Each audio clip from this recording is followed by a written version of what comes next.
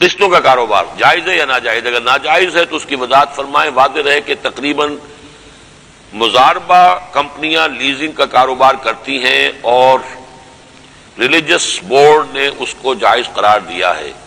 مولانا تقی عثمانی صاحب بھی اس بورڈ کے ممبر رہ چکے ہیں۔ آپ نے تو بہت ہی خطرناک سوال کر دیا مجھ سے۔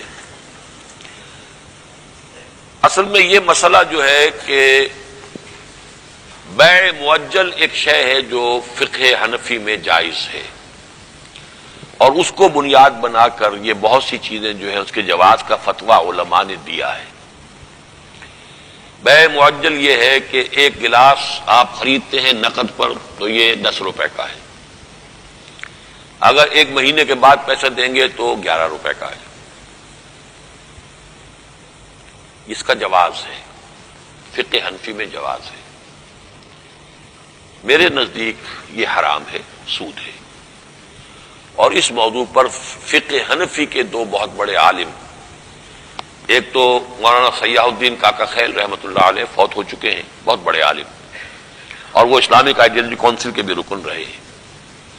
ان کا مقالہ ہم نے شائع کیا تھا کہ یہ حرام ہے اور اس کے لیے کوئی جواز نہیں ہے، اور جنہوں نے اس کے جواز کا فتویٰ دیا ہے ہماری کتابوں میں جو درج ہے انہوں نے کوئی دلیل نہیں دی قرآن یا حدیث سے، صرف یہ کہا کہ ایسا عام طور پر ہوتا ہے کہ قرض پر کوئی چیز دی جائے تو اس کی قیمت بڑھا دی جاتی ہے۔ اس کو دلیل بنا کر بعض لوگوں نے اس کو جواز کا فتویٰ دے دیا، اور وہ چیز اب ہمارے ہاں لکیر کے فقیر جو ہیں وہ اس کو لے کر بیٹھے ہوئے ہیں۔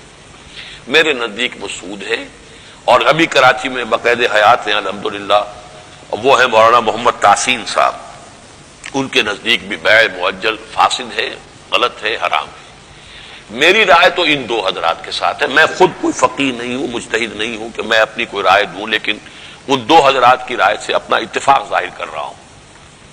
لیکن چونکہ اب یہ ہمارے ہاں ایک راستہ کھلا ہوا ہے، اسی سے یہ لیزنگ اور یہ ساری چیزیں کہ جو واقعتاً حقیقت کے اعتبار سے کسی اکانومسٹ سے آپ سے پوچھیں گے وہ صاف کہہ دے گا سود ہے، کوئی فرق نہیں ہے اس میں۔